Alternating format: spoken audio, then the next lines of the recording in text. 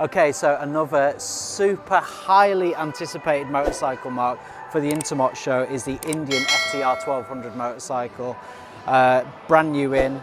Obviously, Indian have been really dominating the flat tracking scene for quite some time now, and this is really taking a lot of the styling cues, a lot of the inspiration from that scene, and bring it into a proper motorcycle that just looks the dogs for me. I love it. It does. I think it's probably fair to say it's not a quintessential flat tracker, but it is.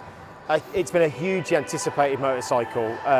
And quite a long time in coming, to be fair. There's been a lot of talk, a lot of rumour, a lot of speculation in the press about what we were actually going to get. And in fairness, they've remained fairly true to the concept. There's an FTR 750 race bike over there, and what they've deliberately done is placed one of these next to it. And you've got to say the silhouette. It looks so similar. There are a huge number of similarities. Yeah. The other thing that strikes me, which I think is hugely important, is it does look like a true production bike. Yes. It looks really well finished. And I had some misgivings about that. This is a big step away from what Indian normally do. Yeah. We all know what they do. In fairness, they've done a great job in the UK, particularly with the Scout Bobber. They are very successful bikes, and they've been able to build on that in the UK market. But this is a hugely important bike in terms of cracking UK and Europe in a much more significant way. And I've got to say, they've made a great job of it. I think they have too. I mean, it's a beautiful bike. It's a 1200cc, it's 120 horsepower. Yeah, which again, it's going to be really interesting to see how it compares when they stand it up against the equivalent bikes in the market. Starts at 11,500, I think, for the standard bike. This is the S version. Yeah, okay. So it comes a bit more money.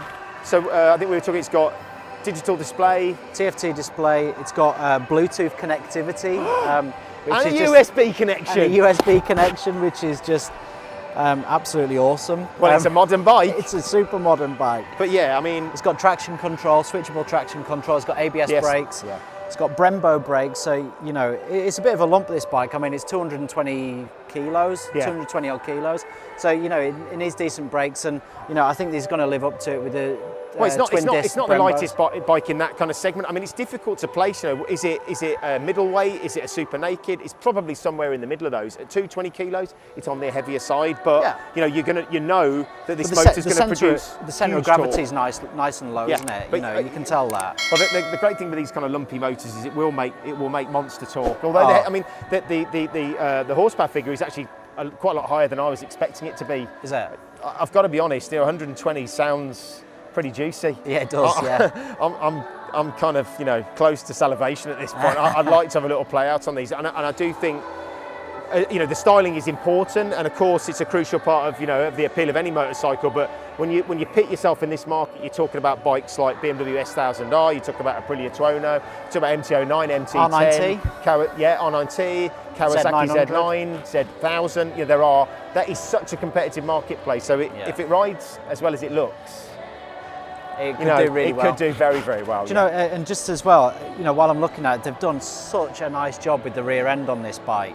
I'm a sucker for this. Just a completely clean-cut rear seat. I mean, the architecture around this, it's very, very difficult to make this look super sexy. But for me, I absolutely love having that.